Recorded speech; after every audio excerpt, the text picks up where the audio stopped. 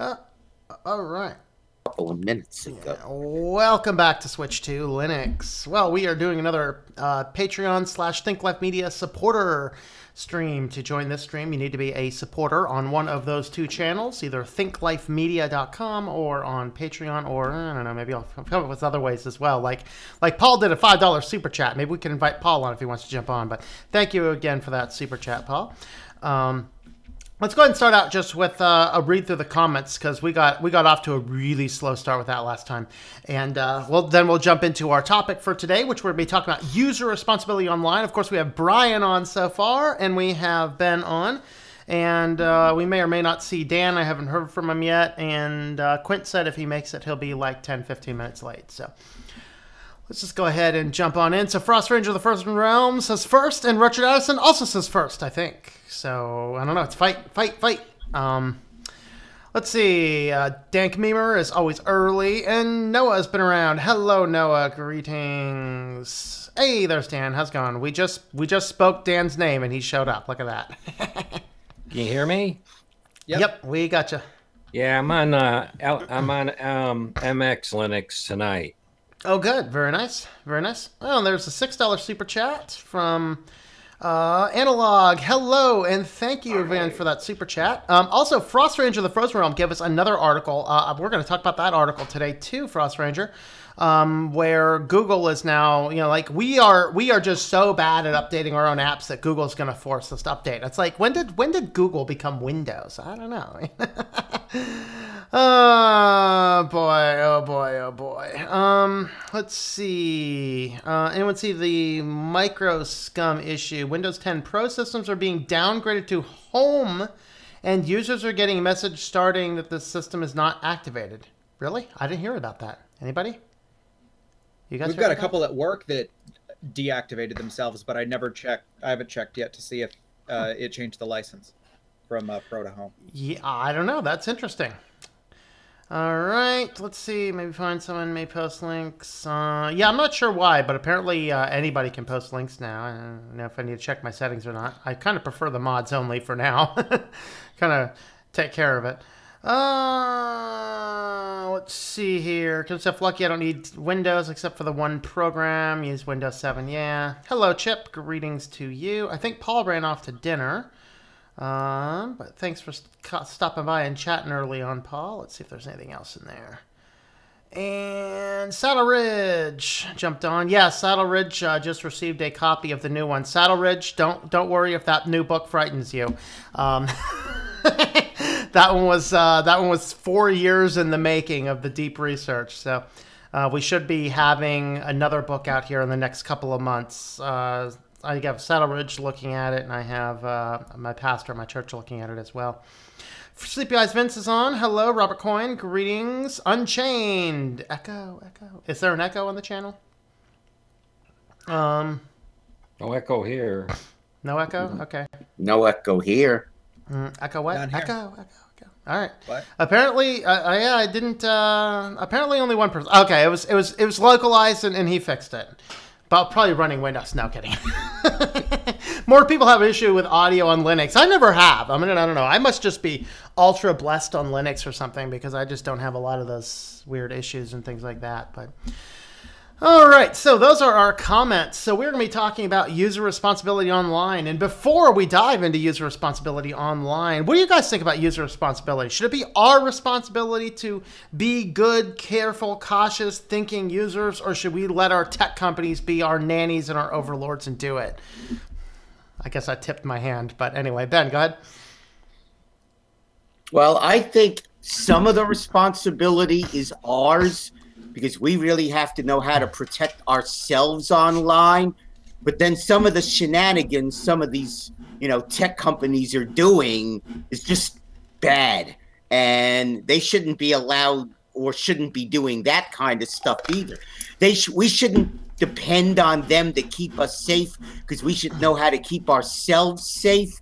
But we shouldn't have to worry about keeping ourselves safe from them, or from people using them to get through us, because they should at least provide a certain level of protection for us. And then beyond that level, we should be responsible enough to provide our own. Mm-hmm. So it's sort of a little, most of one, but a little of the other. Yeah. Anybody else? I would agree with everything Brian just said. That was most of what I wanted to say. All right, there you go. He stole it from you. All right. So it's kind of boils down to that same thing. Yeah, we have some responsibility ourselves, but we would also hope that they have some. Dan, any comments on that? Well, if you have the tech companies get too involved in the internet, then it isn't the internet anymore. There are some, you know, like Brian had said and so on, that there is some responsibility for us to take care of ourselves and manage our own behavior and what we release online. Second to that, you know, if you're going to have tech companies just barge into the internet and monitor and police everything, you might as well put them in cars and have them police the streets too. Yeah, there you go. Hey, they're trying. They're trying. Saddle Ridge says, we don't need no stinking nannies. Pizza. All right, Pizza did a super chat. Pizza does a number of super chats. Should we invite Pizza on? What do you guys think? You guys are the patron supporters. Yeah, let them on. Yeah, any objections? Nah, right. It's fine with me. Yeah, Pizza does a lot of, he does do a number of, As long as he doesn't hijack the main objective. Yeah, don't hijack the main objective, Pizza. We're staying on focus today, but I just sent that to you in Skype because that's what's easiest for me.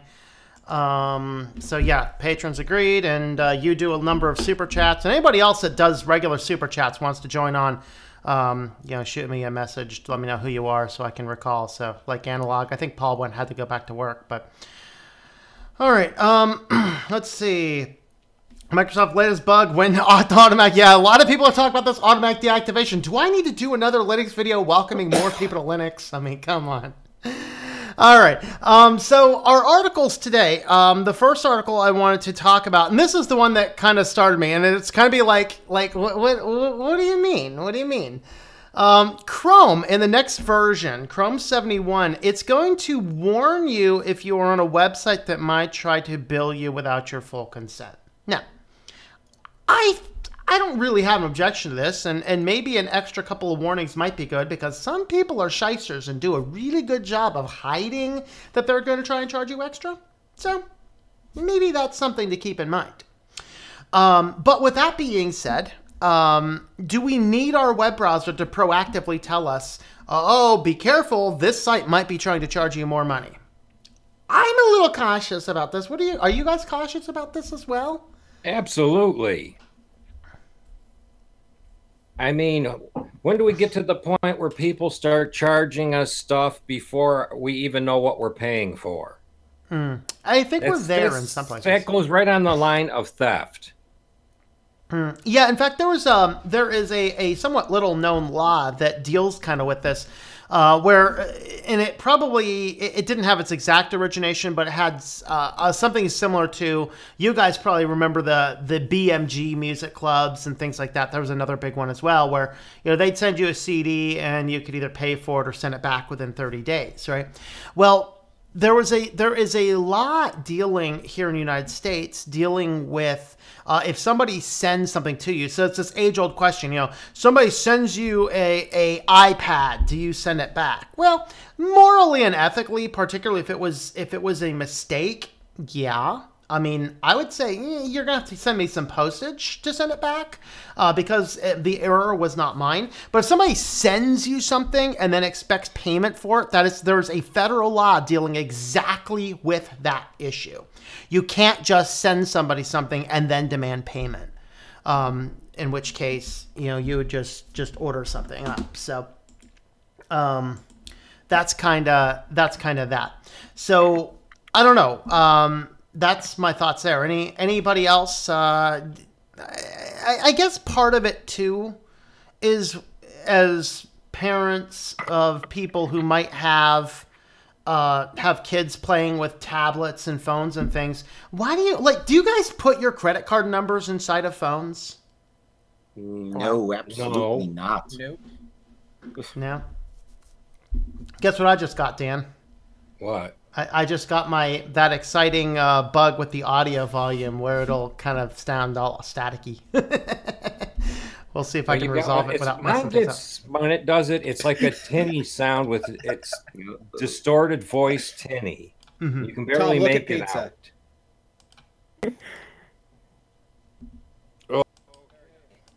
Hey, there's Pizza. How's it going there, Pizza? Anonymous How are you? has joined us. Is this Good. mouse gonna mess up my audio? It sounds fine. That's fine. Okay, Yeah. good. Oh, but it's gonna really mess up my deception of what you look like.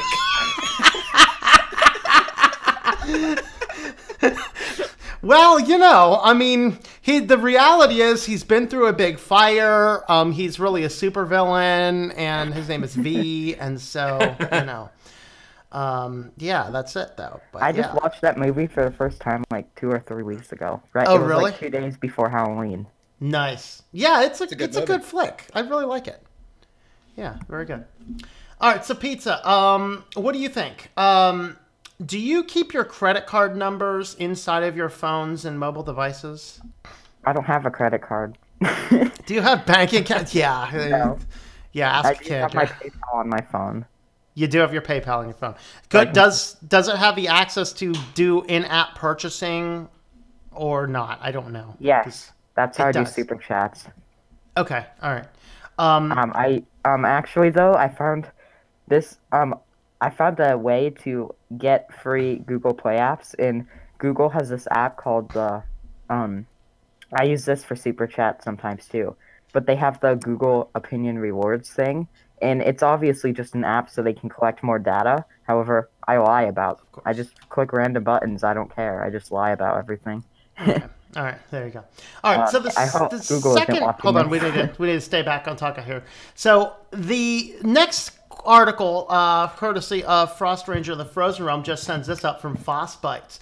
New Android API can force users to update their installed apps. What are your guys' opinions on this? Not good. Yeah, Ben, what do you think? I typically don't like my apps updating themselves. Mm-hmm. I'm with you. Imagine if Microsoft made a Windows 10 on top of Android. That's how they do the force updating. Yeah, there you go. There you go. Brian, what about you? Updating apps? I agree with that. I mean, if you're going to have your apps forced updated, when did they become Microsoft? You know, one of the reasons I refuse to use Windows 10, one of the reasons I refuse to use Windows 10 is because of the forced updating. And if I have an app that works and I want to keep it, I want to be able to keep it and not have it forced updated on me.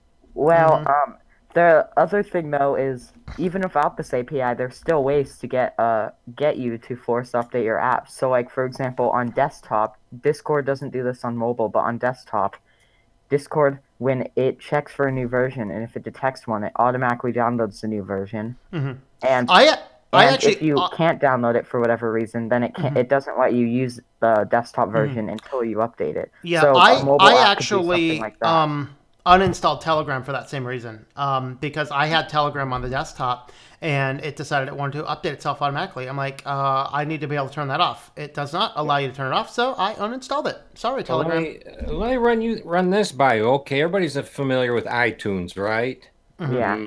Okay, if you update your iTunes but do not update your phone, because the updates usually come out about the same time, you can no longer use your iPhone to communicate with iTunes. Presupposing you use iTunes to communicate with your iPhone. Yeah, if you don't have, if your software with iTunes does not match the software update in your iPhone, Okay, I actually gotta go now. Bye. Sorry. All right, you won't be able to load stuff on and off your phone with iTunes. Okay. You won't be able to use iTunes to back up your phone or load apps on and off it, or music or pictures. Yeah, and that to me is a little problematic. I mean, I guess I never really ran into that issue because I've never actually used iTunes even during the period of time that I did run an iPhone. So, yeah, I actually, believe it or not, I upgraded an app today. And the reason I did is I upgraded my Nextcloud instance up to 14, which, by the way, guys, if anyone out there listening to my voice is running Nextcloud, stay on 13. Stay on 13.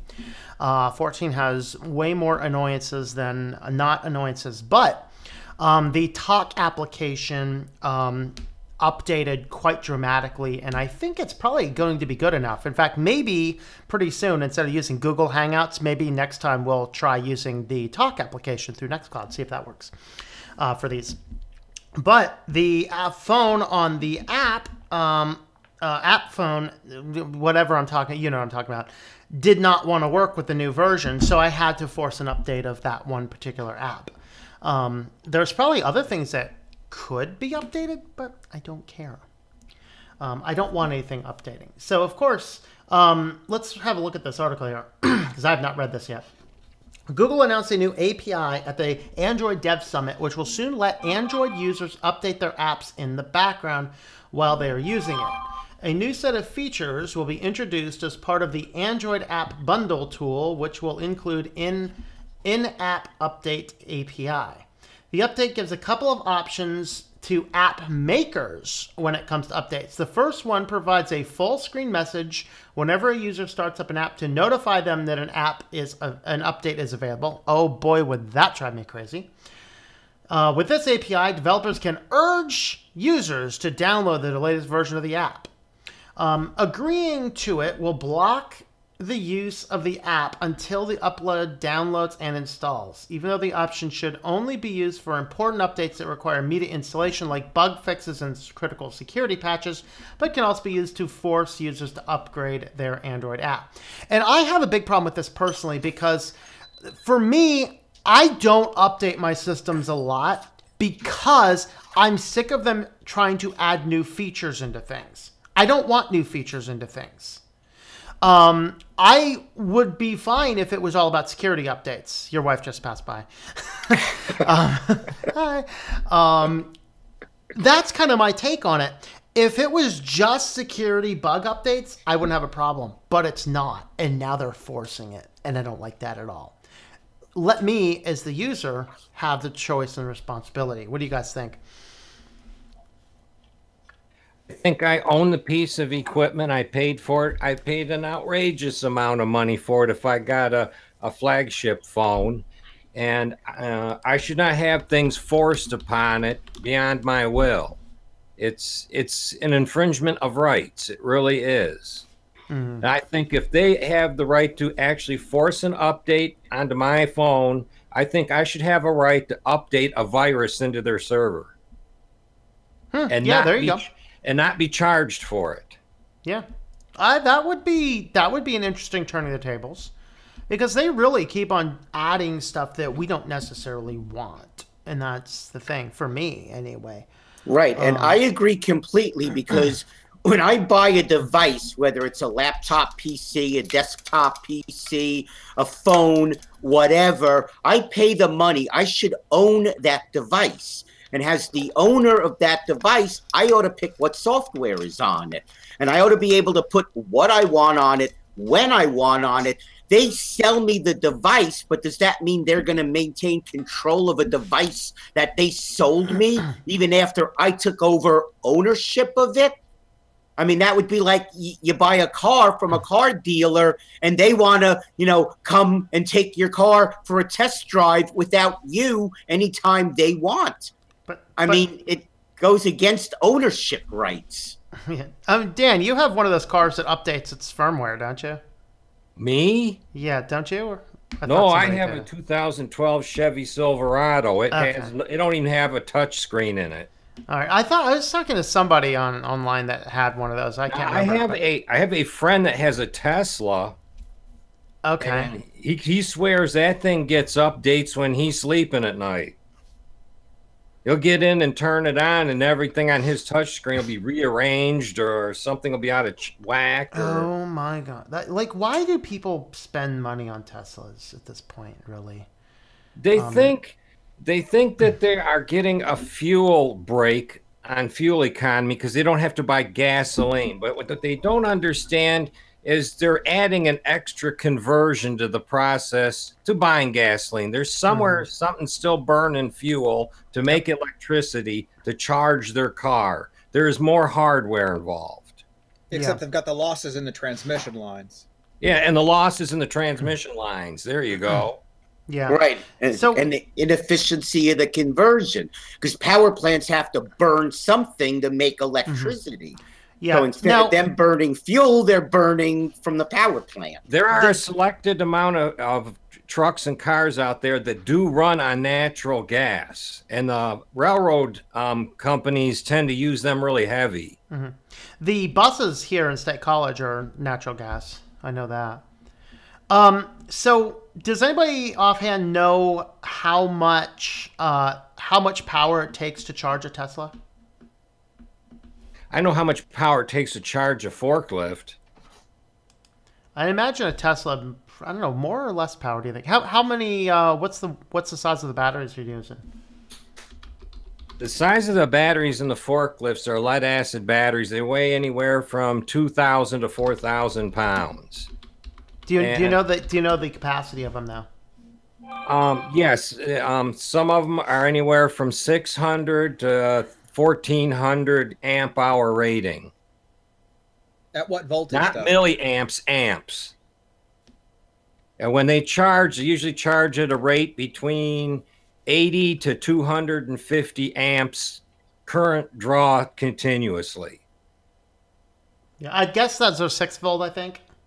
Or those 6 No, volt we're batteries? talking about 48 and 36 volt type batteries. Oh, okay, all right. Some of them are 72. If it's Hello, European, Tom. it's 80. Hey, how's it going, Quint? So what are we talking about? We were talking about online responsibility, like Okay. us as people online having responsibility, because we talked about Chrome is going to start warning people if they're visiting a website that might charge them, and Android wants to start updating our apps for us. That's exciting. And of course, I kind of want to get into as well talking about GDPR type stuff as well. Yeah. And so with that, and that was for me, I really like GDPR, except the one thing I want change from GDPR is let's get rid of this cookie crap, because the cookie is stored on my device. I have the ability to delete it. Just train people to delete their cookies, or eat their cookies. I mean, either way. Yeah, send them a glass of milk. There you go. Yeah, I mean, I had me some wonderful ginger snap cookies right now in the freezer. So,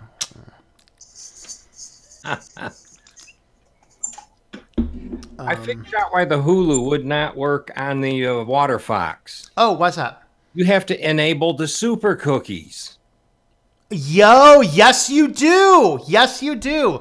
I remember I had to do that even on Firefox. I had to do that. And I had them disabled for security reasons, Yeah. and everything else seemed to run fine. So I What have to are think of another solution.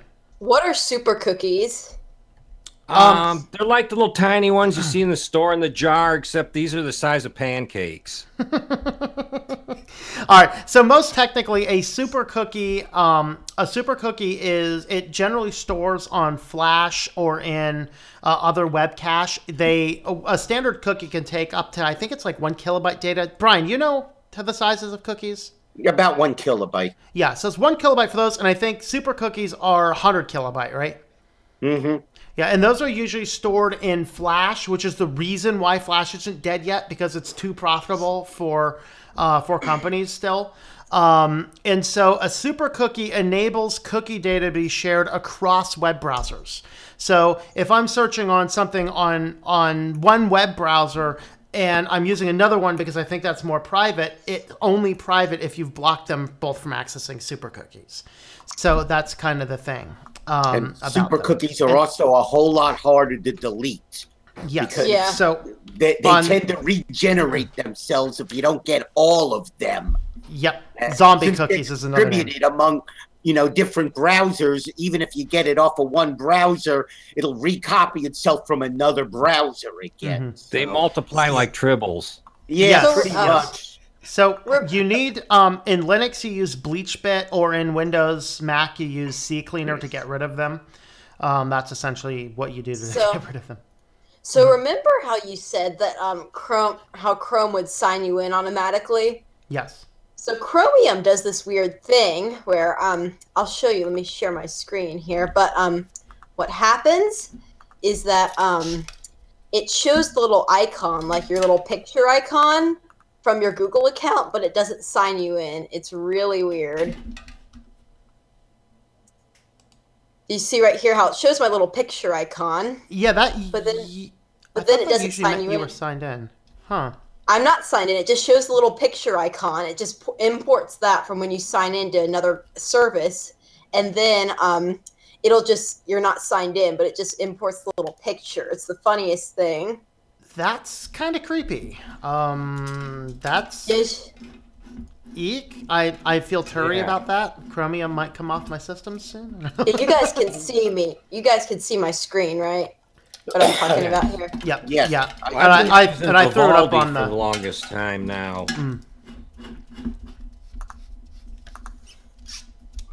Yeah. Yeah. So Yeah.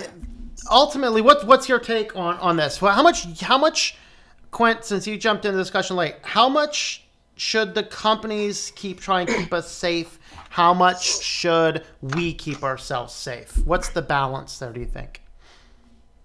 I think, I honestly think companies aren't going to keep us safe. They want our data. And I think we need to do a better job of keeping ourselves safe, because I feel like we always fall for like all this stuff. Like we fall for Cortana. We fall for all sorts of like virtual assistants and all sorts of AI and all sorts of stuff like that. And the companies don't care. All they want is your data. Mm-hmm. Yep. Is my lighting all right? Yeah, it seems little fine. dark. Looks fine. Let's see. Okay. They want your data, though, because there's a reason behind it. The data converts into money because they can target you with brainwashing things they know you like. Yeah. Hold on. Sleepy Eyes Vince, if you are a patron supporter, I think you are. The link is on Patreon. So log in there, grab my post, and grab it from there. So this one's the Patreon supporter stream. So, okay.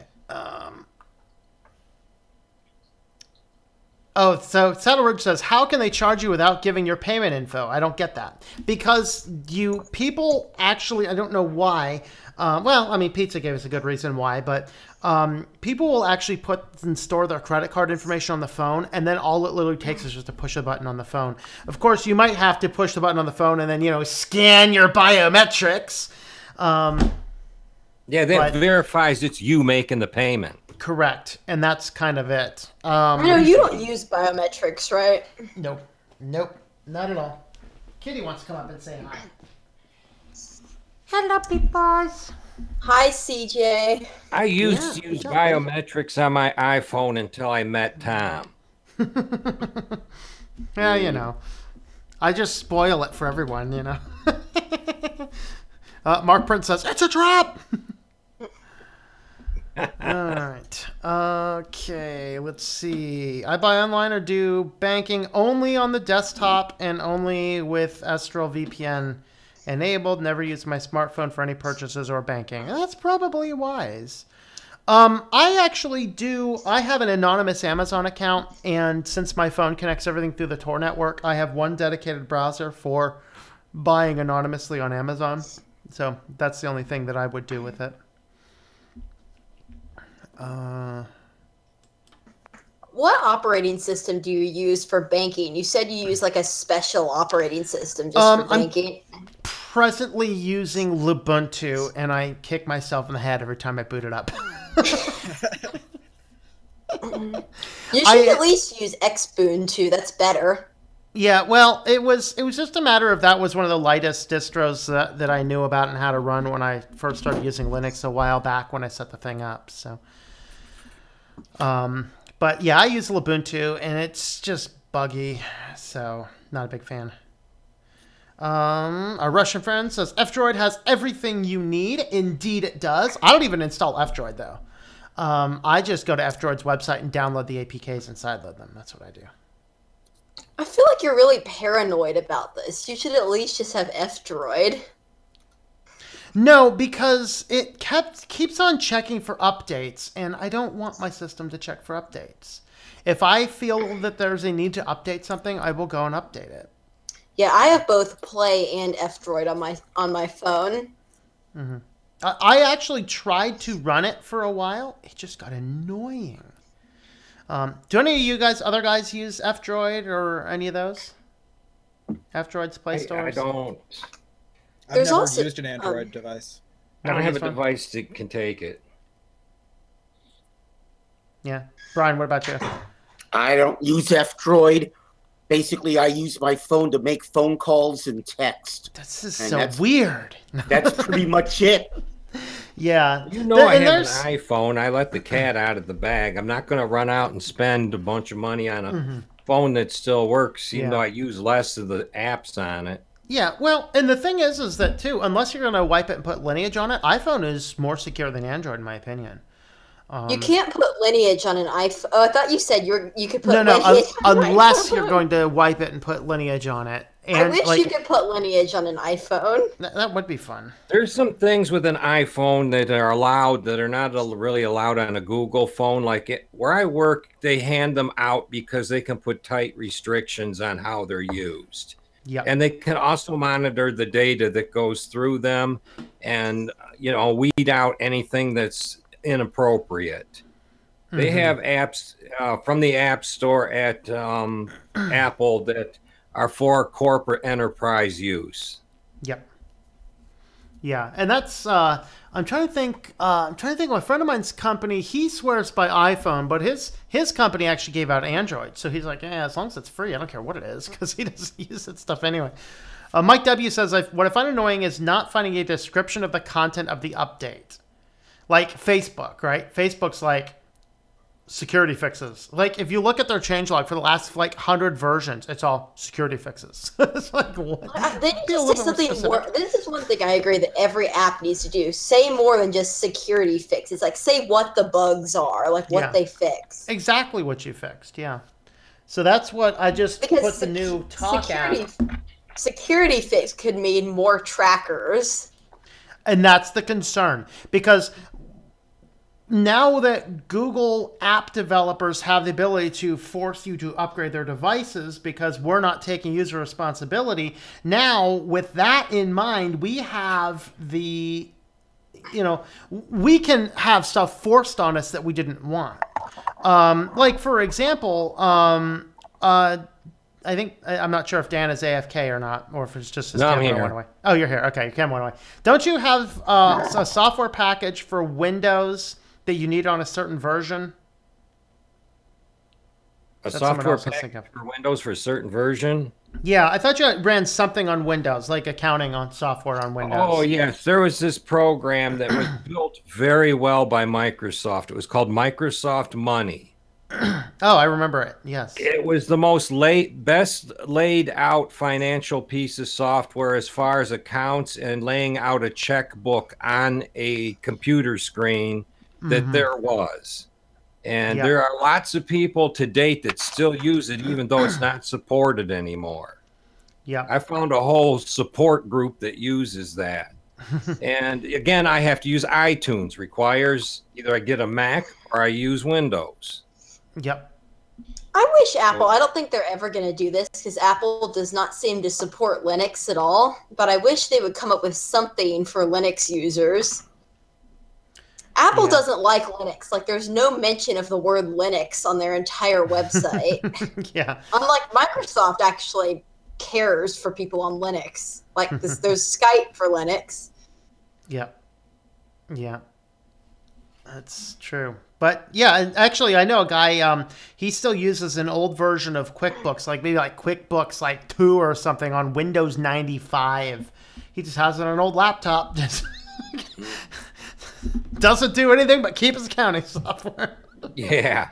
Does the browser version of QuickBooks run on Linux? I know there's a browser version.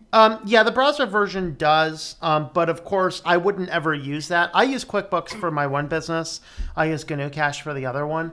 And the biggest problem with the browser version is all your accounts are online. I don't want my accounts on the cloud, So I'm just this paranoid idiot. I don't want stuff on the cloud, particularly banking and financial stuff, as much as conceivably possible. Not that I have much choice in the banking, but Well, that's what made Microsoft Money so popular. Is you go to the top and pull down the account that you want to look at, and it's like looking at your checkbook registry, exactly like that. And at the bottom, you withdraw or you add the deposit. yeah, It's that simple. I'm pretty sure I ran that when I was still running like Windows 95, 98, Sure. maybe even XP. Because I had an OEM copy. I think it was included in the full Office 95 Professional, which I still have an OEM disc for. It's kind of fun. Microsoft offers what's called a Sunset Edition. You can get it free now. Oh, that's cool. Just go get it. It's called a Sunset Edition. It's a free download. And if you got something that'll run it, it'll run it. It's some of the requirements to run it, though, are kind of fussy, like .NET Framework. It relies heavily on some of the stuff for that. Mm-hmm. And not everything will run on it. Like the web browsers don't run on it because it's not really good to go online with. But The .NET Framework is like a replacement for what was the old BASIC. right. Mm-hmm. It's an underlying engine inside of Windows that runs a particular way software is built and written. Mm-hmm. All right. Who is it? Someone just mentioned this. Supersonic talks about the new StartPage rollout. Yes, StartPage is rolling out with a new version, and that is going to look like this. It's actually pretty cool. I like the change. So, of course, let's see. It's Here's very kind powerful. here's kind of their old one. Here's their new one. And then if you search for something, you get your feed like this is the old one. And then let's go ahead and search for something over here. And here, this is what we get now. So, yeah, pretty cool. Just a new version, new whatevers. So we get this. We get you can set as your home page. You can add it to the browser over here. There's mail support. Oh, that's right. StartPage does have a mail system as well. I forgot about that. Right, but you do have to pay for their mail. You have to pay for it. Yep. Yep. So yeah, that is the new StartPage, and I recommend StartPage over DuckDuckGo personally, because it gives you Google results without sending Google your information. And believe it or not, Google still does have the best search algorithm. You use StartPage instead of DuckDuckGo? Yes, I do. Well, why not DuckDuckGo?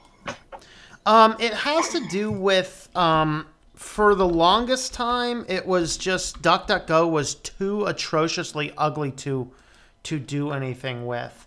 So it is definitely improved. So I could use this now. I mean, when I first use, that's what I'm asking. Yeah, when I first started getting into it, this there was no difference in the styling. It's like they didn't know how to do anything with styling, and it was so atrociously ugly to look at. So this is actually something that I could use now.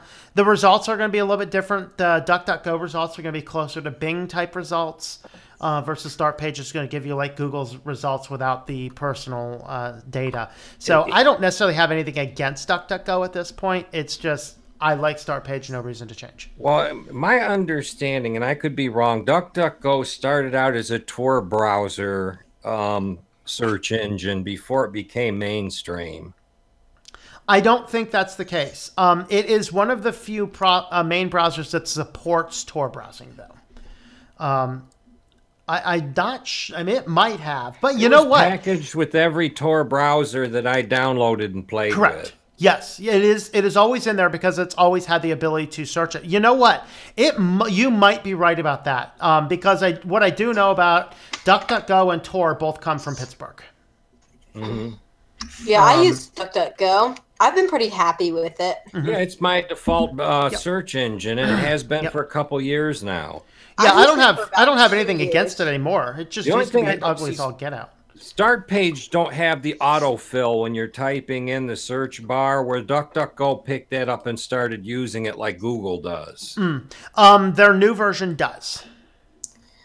I like So if you go over here, just start I typing just something. don't like getting too close to Google in any way, shape, or form. Mm-hmm. That's one Yeah. company I'm not. Consider- Go ahead. I may have to consider StartPage now that there's the new UI. Mm-hmm. Yeah, and I'd say either one's fine. I wouldn't necessarily. I mean, as long as you're not using Google or Bing, you know. DuckDuckGo has a better logo though than StartPage does. The duck. Yeah, his name is Dak. I figured Is that it? out. Is it? Yeah. It's Dak the duck. Oh, boy. Yeah. Affleck. Affleck. Affleck. Affleck.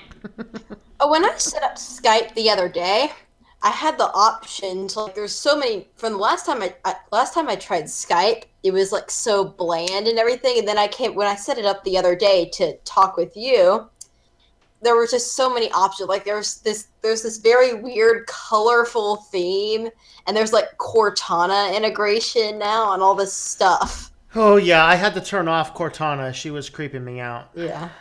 But I don't know if you know about all the colorful themes and saying there's like these crazy like pink and blue colorful themes. Yeah, it looks like a unicorn had a bad case with diarrhea or something. Hey, I finally got to Quince. Hey, hello, y'all. Yeah. Noah's back. How's it going there? Noah just ate pizza. No wonder pizza had to go. Pizza, come back. I ate pizza too. I actually went for dinner. We went to this really authentic Italian pizza place, like where they don't like cut the pizza, like the really, really authentic place. Nice. It must It be was a day for delicious. pizza. It's like don't cut the cheese. That's Like right. they basically just serve you a big, like, it's just a big round pie, and then you have to cut it yourself. It's really like you're in Italy. Nice. Yeah, I had some pizza for lunch too, so it must be a pizza day. Did they leave you Yeah. a pizza cutter? Sometimes they do. I have had it before where it's just a knife. Hey, let's those guys that are into praying, let's go ahead and pray for Pizza's grandparents because Oh, I didn't.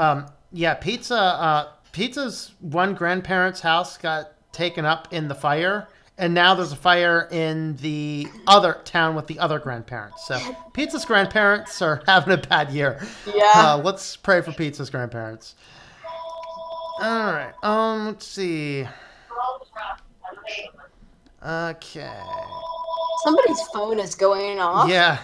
Yeah, that's my office phone. Don't worry about it. Julie will get it. Your Google wants to update. Yeah, right. Yeah. Bring back Internet Explorer 5. Woohoo!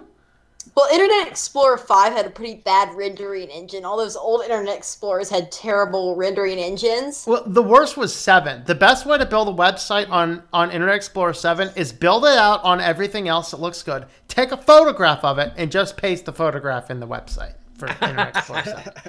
That's how we used to do 7s. The only Internet Explorer has had one saving grace ever in web design, and that's it is the only browser that you can actually do conditional styling.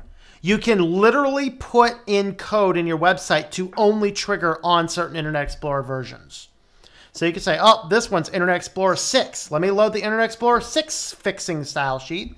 You can even have specific code that renders only if it's on Internet Explorer 6, you know.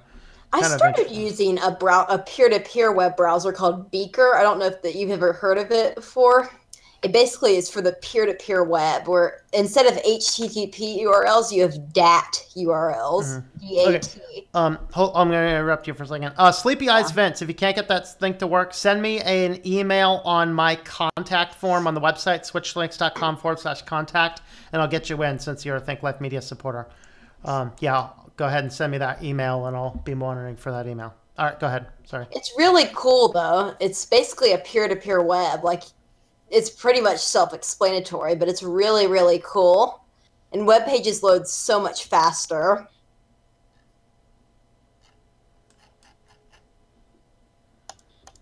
Okay, just kind of scanning through. Hey, Political Monkey, what's up? Haven't seen you in a while, my buddy.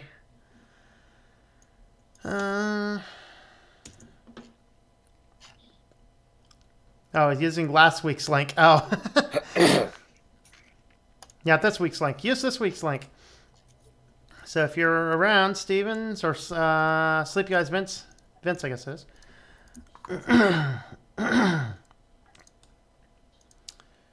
All right. Anybody else have anything else? Anybody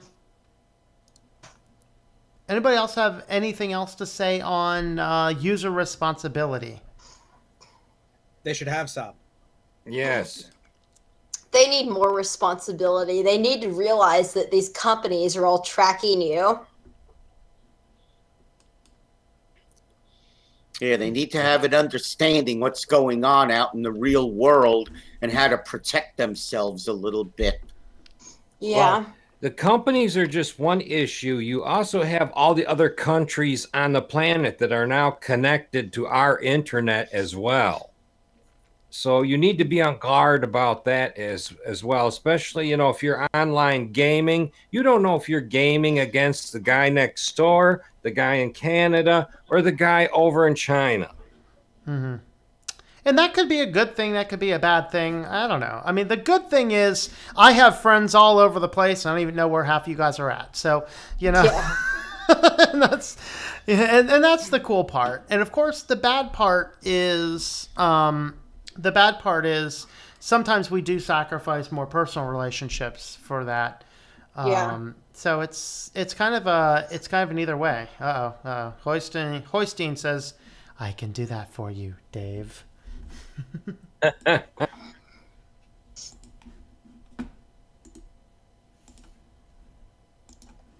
All right, Sleepy Eyes Vince, I just sent that link back out to you. Hopefully you can jump on. The main reason I like this stream is because I don't know many people in the real world who have who use Linux. So I just feel like I need to like, this is who I talk to about Linux with. You know what I mean? And I'm trying to think if I had a friend, I've talked to him for a while. He's he's a Red Hat certified guy and Linux administrator at Penn State, but other than that, I don't know. I need to go out and get some coffee with Chip. He's on the stream here somewhere maybe, but he actually lives in the next city over. So Chip, we need to get some coffee soon, man. We need to talk some Linux. I don't have anybody around here to talk about Linux to except the people that I pawned it off on. Hey, you must be Vince. How are ya? Hi, how you going? Very good. How are you doing, my man? Yeah, not too bad. Good to meet you Yeah. guys. Yeah, it's good to meet you. You know what, dude? I don't think I pushed the update button on Think Live Media. I think that's the problem. Yeah, I know you emailed the link, so you probably didn't even think about it. Yeah, I email it to everybody else that's on here. So, well, I posted it to Patreon and I pasted it into the edit post, but I never pushed the update button to actually push it to the post. All right, Vincent, what is your thoughts on user responsibility on web technologies? Now, I mentioned it briefly in the chat. The thing is, the people I deal with a lot, they have no clue, no idea. They don't really have any idea, you know, what they're doing with IT. And so to expect them to have the same degree of knowledge that everyone here has is very difficult. Mm-hmm. And so the education just needs to improve at schools and everywhere else. Okay, so more education potentially needed. So should we rely on the tech companies to be nannies for us? No, because they have other motives in mind. Very well said. The tech companies act like they're friendly, like they act like they're your friends, like that they Let me do they just you a want you to favor. continue using them, but then they're not. Well, they have to. You are their product. They have to Yeah. keep you pleased somehow. Mm-hmm. No, you are their cash cow. Yes. They want your cash from your cow. It's kind of like, to bring up a medicine analogy for you, Brian. dead people aren't profitable and healthy people aren't profitable. But if you can keep them chronically ill, you can make a lot of money on them. Exactly. Even if it's mentally ill. Yeah, whatever way, as long as they have to see doctors and get, any kind of health care, someone's making money. If they're so healthy they don't need health care, no one makes money on them, at least in the medical field. If they're dead, no one makes money on them. If they're alive but getting some type of health care from somebody's making money on them. Yeah. And that's, to me, the scary part. The scariest part for me is all the schools that are using Google and Microsoft. Yeah, and not giving you the choice. Yeah. My school, we use the worst combination of products. We use Apple computers and Google services. Well, at least it's not. At least it's not Google services and Microsoft computers. That would just be bad. Yeah. Or actually, more common might be Microsoft services and Google computers. Yeah. Which would be the scary on top of scary. The only reason we have Apple computers is because of all there's kids at my school that have like dyslexia and stuff, and all the assistive technology only runs on a Mac or PC. Mm-hmm. That's a good reason to run them. Clint, let me tell you a story, okay? There's this guy in this band called Mick Fleetwood, and everyone's heard of Fleetwood Mac. Well, Mick Fleetwood, back in the 50s and stuff like that, didn't do very well in school, had a very hard time learning anything, and nobody knew what it was. Well, it came down to more like into the 80s or late 70s that he had been discovered with having dyslexia. Yeah. And it's one of the illnesses that were back in that time, nobody knew what they were or how to treat them until recently. Mm-hmm. So that's just a little bit of history on how that kind of thing works. Yeah. Yeah, so it's good. I know who Fleetwood Mac is. I did not know he had dyslexia. His drum set is laid out completely backwards from any other drummers. That's funny. Yeah, and that's, Did you guys hear, though, I mean, since we're talking about dyslexia, did you guys hear about the agnostic dyslexia with insomnia? He stayed up all night wondering if there really was a dog. Oh, man. Now, Quint, you got to remember, most of us guys here grew up with no computers in our schools at all. Yeah. You know, I know that. If you wanted to draw something, you took a drafting class and used real paper and pencil to draw pictures. Yeah. On how to build something. Unlike most people my age, I know what a floppy disk is. Yeah. I actually own and at one time knew how to use a slide rule. Mm-hmm. I still have a slide rule. Yeah, mine's nice, man. Mine's probably valuable. It's actually made of ivory. We got it from an old, my mom bought a house from an old, passed away old professor from Allegheny College. And, she, of course, retired because she was so old and left a house full of stuff. So I ended up getting a lot of interesting academic geeky stuff then. And I liked it because geeky academic stuff is awesome. Kitty, would you not lay on my keyboard? I'd appreciate it. Thank you. Can I just say... Oh, go ahead. Brian. You go ahead. So you go ahead, Brian. Oh, my slide rule is polypropylene, and I bought it when I started high school chemistry.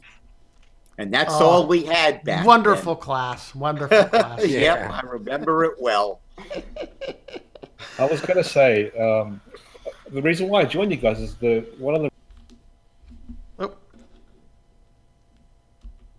Look at the different age groups that are involved here. I think it's wonderful what you've created, Tom.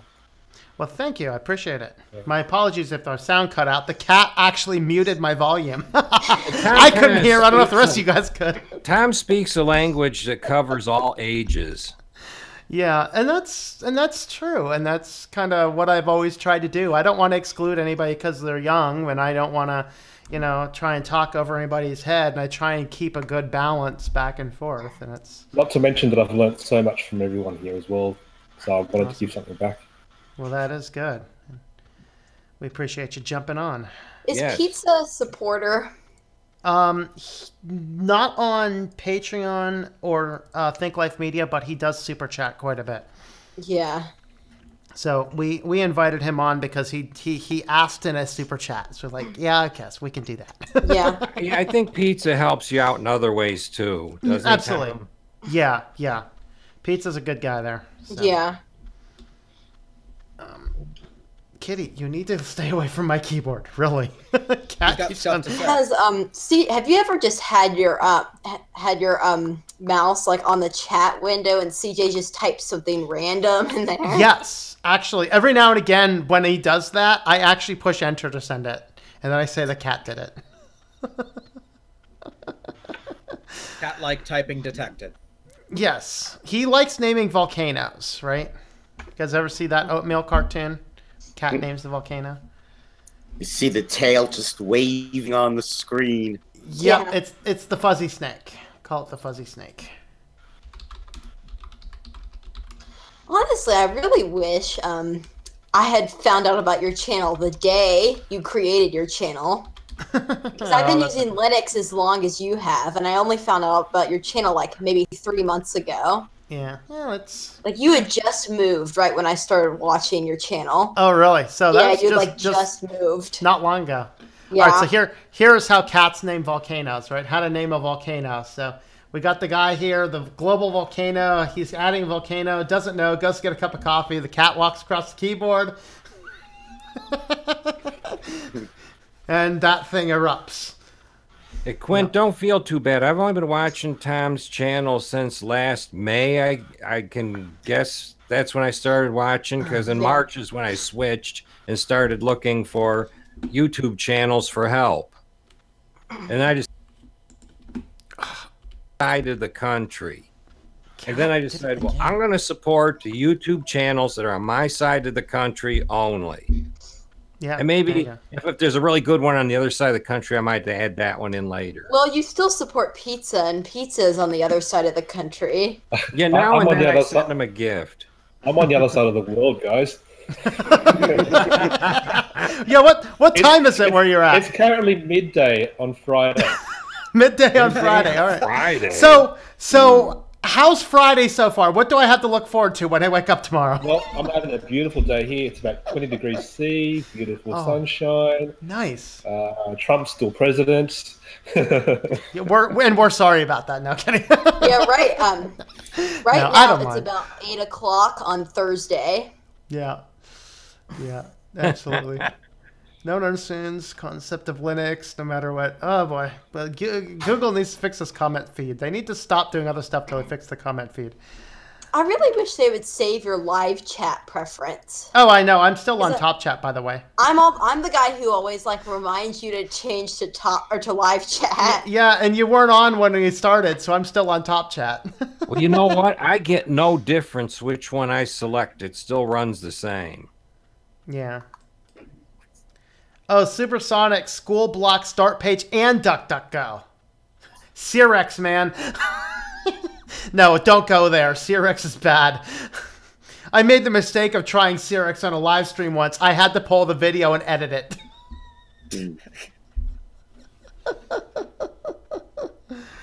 Yeah, my school at my school they just got it this year because students were visiting other websites like while they were working on classwork. It's something called Securely, and basically it just blocks a whole bunch of sites, and you can only visit certain sites unless you sign in with your school Google account.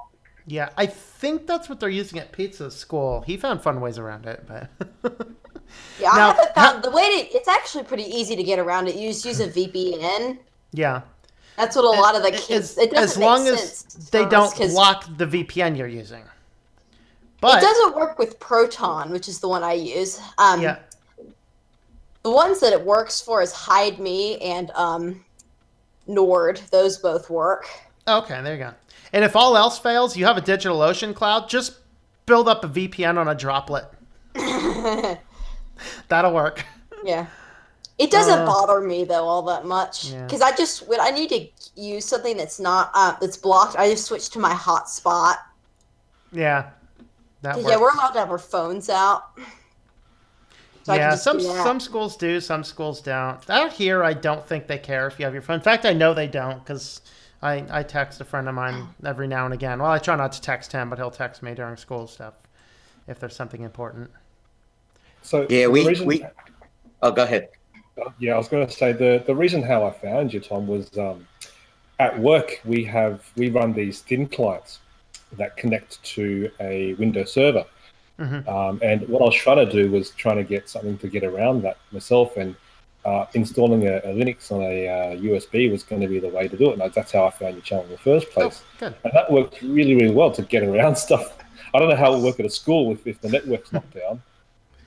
Yeah. There you go. Said you found some of the videos I had on that stuff. Oh, yeah, useful, very useful. Yeah. I was very much on my own when I started using Linux, and it was like around the time that you started this channel. Well, it was Raspberry Pi is what I started with, and then I started using Linux into 2017, but it was like late 2016 when I started fooling around with the Raspberry Pi. Yeah, and I think that the cool thing about just since I've jumped into Linux, I've done so many cool things. Like I'm so much better at what I do, you know, in web design and everywhere else. I mean, before I got into Linux, I've been a web designer and developer for, I don't know, half a decade, but I was pretty much doing everything through Windows, and just had a couple of Windows computers and things.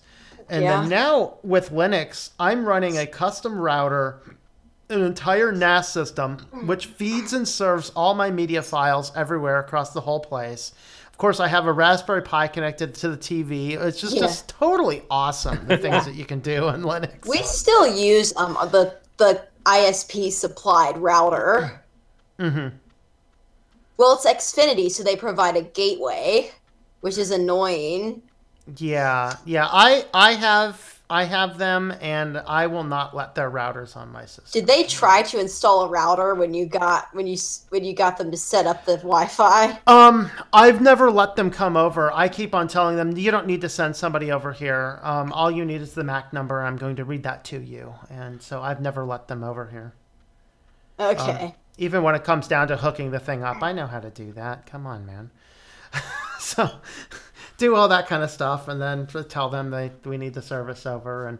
But no, I won't let them do that, because they're one of the biggest things that they've been trying to do is they've been trying to create, quote, the largest open Wi-Fi network. And so what they're doing is, on top of you having in your house your Wi-Fi network, they also are hosting an Xfinity public Wi-Fi network. Yeah, I know that. I turned that off. You can actually turn that off. Surprisingly, I turned it off on ours. Yeah, that's good. Most people don't realize you can. And it actually came out that it was actually costing extra power. If you take the power measurements of the thing running that and not running that, you will actually see a power difference. So literally millions of Americans running their routers are fronting with extra electricity their wireless network and paying $10 a month for the privilege of doing that. Like, no, thank you. I'm the oddball here on DSL. And we're sorry. Yeah, we have. Well, actually, it's come a long ways. It's not as slow and draggy as you probably remember it. Now they give you 2 phone lines and they pair them together and give you decent enough for me to do this with you guys. That's good. Really all I need. Yeah, and it's not expensive. It's $62 a month. Yeah, that's the second best internet we have here is DSL, and it uploads at somewhere around 0.7 MB. Yeah, we have another house near a lake, and we have Spectrum there, and it works so much better than Xfinity does. And we still use their router there, but it's so much more customizable. Like, I was able to change the DNS and all that. Nice. Yeah. Yeah, I have Spectrum here. And like you, Tom, I never let anybody into my house. I go to the Spectrum office, I pick up the equipment, and then I hook it up myself. Yeah. So I'm using their router, but I reconfigured the whole thing. Yeah. But I want to build a PF Sense router, though. That's on my to-do list. Yeah, we had a guy come over, but he was very nice, and he let me mess around all with the router. Like all he did was just set up the equipment, and then he didn't even touch all the router configuration settings. You guys talking about your connections just makes me feel so sad, because our country is terrible here with the internet. You know what? We hear that from other people from other countries too. Like over in Germany, we got a friend over there, and she can barely carry a voice connection over here from over there with no video. My only choice where I am is you know Toss's DSL. friends, Tom, Stephanie Fournier. Yeah. Mm-hmm. Yep. Yeah, she says her internet in Germany is horrible. You know, we thought our stuff is the worst. What's yours like, Vincent? I mean, so when you guys talking about 100 megabits, 200 megabits, I'm getting 12 DSL. Yeah. Yeah, I mean, as Charlie Brown says in the chat just now, we have this thing called the National Broadband Network, which the government is building. So it's built like it's going to be a utility, like your water or your gas. So then your telecoms can then resell the actual bandwidth. But the rollout of it has been years and years and years in the making. And by the time it's actually rolled out, it'll be obsolete, because they're using coaxial, not fiber links. Yeah. Yeah. We get pretty good speed through coaxial here, but I'm pretty sure there's a fair amount of fiber running in the background. Yeah, my DSL is completely on fiber until it goes behind my house, and then it's into wires. Yeah, we have two options here. We have Google Fiber and AT&T Fiber, and we don't have any fiber. Yeah, I didn't have any fiber for dinner. That was not a good bran thing. flakes, you know. But I either take this $62 package that works generally for most things, you know, or I step up to Comcast and really get robbed, because they want to bundle you into something, or they won't give you just the internet. Here they want to package your TV or your toaster and everything into their network. Yeah, and we fortunately still have the ability to just get internet here without fighting for it. In fact, I'm on like a 1-year promotional, which is, I think it's down to 60. I think I'm paying 60 a month and it's like, I don't know, 200 or something maybe. I don't know. I don't need 200. Like, I'm like, give me 20 or 30. I'm good with that. But the next tier down is too low to stream. So it's just like, and then they try and bundle it, and a lot of it's because they get the ISPs, like the TV companies, get financial subsidies based upon how many television subscribers they have. And they get ad revenue based on the number of television subscribers they have. So they want to bolster those numbers. That's what they're trying to do. And I've told them, you can sign me up as long as you cannot send me the box. You can sign me up for your numbers, just don't send me the box. Oh, well, you don't have to hook it up. Yeah, I'm a minimalist. I don't want it here. Trust me. I don't want anything here that I don't need. Send me the box, I'll send it back, you know? Yeah, we have too many TVs in this house. Our house is pretty big, and the old owners left a TV like in every bedroom. And so now we have to have a cable box for all those TVs. Or you could just get rid of them. Man. You could hook up an antenna still. Yeah, you can do that. There's less and less TV stations, though, that are willing to transmit over the air due to the cost of the equipment and the FCC rules and regulations to do so. Like we used to have when they first started going to HD TV, and you got the converter box from the government. They were handing out coupons or whatever to get a converter box. We had nearly every TV station in the market area had over-the-air transmission, and then over the course of 5 years, they started slowly dropping off, especially your lower-end TV stations that ran a lot of reruns. Yeah. Hoyston says, I'd make a PF-Sense router, but I'm living with family right now. They'd never let me do it. No, just make it and piggyback it on top of your other routers. That's fine. You can do that. You can run multiple routers. Why do you like PF-Sense and not DVWRT? It is absolutely robust. It can do so many things. Extensive logs, extensive block lists. Like I have it right now set that every 12 hours it checks if there's an update to my host file, repushes that. It blocks the Apple update servers, so my systems never check into that. What are the addresses for that? I would like to know those addresses. I will find those for you. Just ping me sometime and I'll have a chance to look them up. There's, I think, 2 of them. You have to block 2 of them.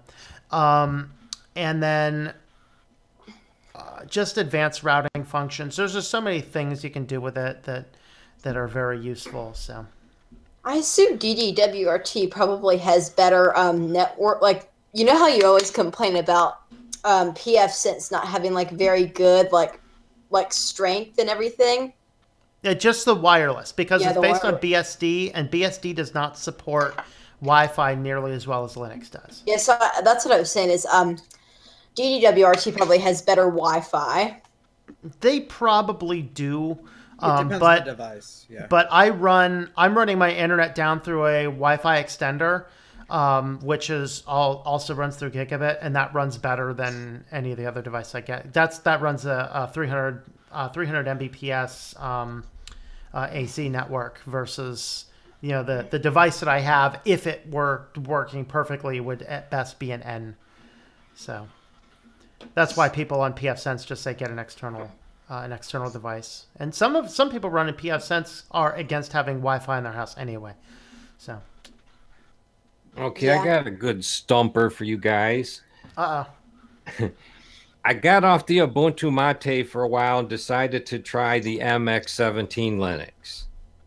The reason I decided to try the MX17 Linux is it's believe it or not, it's very much like Manjaro, except rather than being Arch-based, it's Debian-based, but it still has this same XFC desktop and open box, and it's pretty close. And the problem I'm experiencing, the minute I started using it, my CPU fan is running nearly at max capacity, and PF sensor says my CPU is at 244 degrees Fahrenheit. What would cause that now? I don't think Debian has the fine-tuned controls over the system fan. And I think the reading probably just isn't right. Obviously. I told you to look, Dan, I told you to look at Fedora Mate. We need some more Fedora users on this channel. Maybe I need to stop being hard on Fedora. Yeah. Fedora changes too much. I mean, not too long ago, they just came out with Fedora 8, and I still have that in a 28, and I still have that in a virtual box. Now they're on 29. Yeah. I have CDs with Fedora 4, 5, 6, and 7 on them, and they all came out in the same year. They released one, I think they released 2 every year. Mm-hmm. There's one like at the beginning of the year and one at the end of the year. Oh, later analog. If I do have Fedora running on one of the hard drives in one of these boxes over here, but I never boot into it. I'm not familiar with the whole RPM operation that well myself either. Honestly, the main reason I use Fedora is because I think DNF is a lot better package management system than apt is. Because it auto update, like every time. The annoying thing with apt is that you have to run update and then upgrade. Mm-hmm. I don't like that. With DNF, it does it automatically anytime you try to upgrade or install a package. Now, Quint, did you install the Fedora 29 with Wayland or Xorg? I have both because I'm using GNOME. I'm currently on Xorg because I'm still on it from when we had to try to communicate through Skype. Right. But I use Wayland because I don't really have to do any screen sharing that often.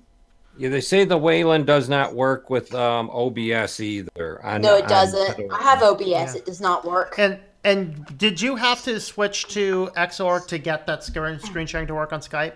Yes, I did. Okay. I didn't try it. Maybe it'll work on Wayland. But what I noticed here is when I try to do the screen sharing in Google Hangouts, I can only do a window. Like I can't do the entire screen because I think I rebooted. I'm on Wayland now. Sorry. Yeah, I rebooted. I'm on Wayland. Okay. And so all I can do is just share. Like, let me see. See, all I can share is the let's go here. I don't know if you can see this here, but if I go to I don't think you can see it. There's a but, full screen option there. I don't think you can see it, but That just makes it full screen. under share screen, there's your entire screen or application window. All I can do is application window. The entire screen is just blank. Yeah, that's a Wayland thing. Hoystein says the temperature fail it's a temperature sensor fail in the 245C thing, which obviously, yeah, that's far above boiling. So. Yeah, that's beyond cooking an egg. Yeah, I think though, I remember something about Debian not managing fan spin as well. Yeah, it doesn't make any sense because the CPU is idling. It's below 10% usage on all 8 threads. I wonder if I'm having that on my Linux Mint Debian edition. It's just the fan in that computer is so quiet. I don't know. Oh, the other reason I use Fedora is because I like to have the latest graphics drivers so I can play games and stuff. Games run very well under Fedora because I have all the latest drivers. That might be a reason to run it. And Fedora doesn't crash. Like, people always say, oh, Fedora crashes all the time. It's not stable. It's pretty stable. I experience minor crashes sometimes. Like, the first time, this was the weirdest crash, is that the first time I installed Skype, I opened it and the GNOME shell crashed. It was the weirdest thing. But after that, it works fine. There's just stuff like that. Yeah. We're going to wrap this up in, I don't know, about 5 minutes or so, or less. So let's go ahead and, Ben, what are your final thoughts for everybody? On the user responsibility thing? Yep. I think people need to be more responsible. Unfortunately, I suspect a lot of people don't want to be. Yep. Brian? I sort of agree there. If you're going to use a computer, you really have to be interested enough to become knowledgeable enough to know how to use it safely. I know a lot of people I know aren't that interested in using a computer, but other people talk them into it and they don't really want to learn how to use it safely.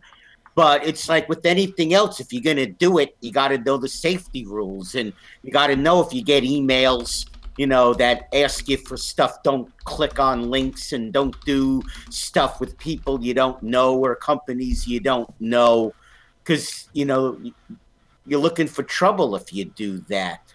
So, I mean, it would be nice if people would take the time and effort, if they're going to use a computer, especially to do anything online, that they learn enough about online safety. Yeah. Dan, what final thoughts? My final thoughts is there needs to be some responsibility of the user of knowing the scope of the internet that they are using. It's no longer something that just fishes around the United States to find something cute and fuzzy to buy. It is global. It goes everywhere. The same way companies are trying to grab all the money they can possibly get right now, because they know someday all the people with all the money are going to have more control over the planet than the people without the money. The internet follows that track. So you have to try and be as safe as possible on the internet, because it is growing. It's getting into more places. More people are on it. And it's becoming our most powerful tool. Yeah. Keep it a tool, not a toy. Correct. Quint, final thoughts on user responsibility online? I just say that people need some more sense on internet privacy. And the reason people don't get that is because they use the major companies who spy on you. More sense. More sense. Like DuckDuckGo is trying to change that. Like, they have all this stuff on internet privacy, but people don't use DuckDuckGo. People use Google. Yep. Vincent, final thoughts on user responsibility? I echo everything that's been said there. I remember in school when we first started using a pen, you have to get a pen license. Does anyone else remember that? You know, does that happen over there? You have to get a pen license. You've got to prove that you can actually use a pen properly. No, that is so creepy. Oh my God. Yeah, you don't have that there? That's a good idea. No, So maybe you we should. graduate from pencils to pens. And so what happens is, I think it's just start at school. I think people need to learn at school to know the importance. And it really makes me feel worried that all these schools are signing up for people to Google and Microsoft accounts. That's really scary because it shows they don't understand it themselves, and that's terrible. And then for everyone else, for all the adults, you're on your own. But it could sort of even make it like some sort of a public awareness type campaign that a government can do, because the internet is an extremely worrisome place now, and I'm scared of the Internet of Things. I'm really scared of that whole scenario coming on board. Absolutely. Well, I'm going to do the kitty feeding, and then we'll do a final call for comments. I will be streaming at 9 o'clock Eastern in half an hour. I will be streaming on my Christian channel. We're going to be talking about the flying spaghetti monster today. And then... he only gets 2 today, because I gave him 2 when I had my snack today. There you go. You're always giving him treats. Do you feed him anything else? Yeah, he eats probably too much. Or do you keep him constantly hungry? Yeah, he's constantly hungry. That's it. Also, though, Dan Hoystein says change the BIOS setting, change the fan settings in the BIOS. Look into that. And the cat's like, I got my treats. I'm out of here, yo. I don't do this on Ubuntu. It's just doing this on the MX Linux. It's based on Debian. TSM, a quick guess the kids' parents make about... okay. Let's skip that one. All right. Hello, Anarita. Greetings. Yes, the kitty treats. Saddleridge reminds everybody to thumbs up before the stream ends. How many do we have on here? Yeah, we peaked at 71. We're down to 45 or 47 right now. So, okay. I feel like a lot of people just jump on for a minute and then leave. Yeah. Toss just came online as well. GG2424A says, Quint, when will you upload to your YouTube channel? Yeah, I wrote him back something. I basically said that when I move out of my room, which I'm planning to do, I have a separate space that I've been working on. And when I get a better webcam. Okay. Because I'm kind of tired of just being in my room here, because there's not much space in here. What kind of webcam do you have? Office? It's some cheap $20 720p Logitech cam. Oh. I want to get a nicer one. I use the 922 Logitech camera. Yeah, that's what I have. Yeah, that's about the top end of Logitech stuff without getting into some other remotely wild thing you can take outside the house. Yep, there you go. Yeah, I think that's the one I was looking at.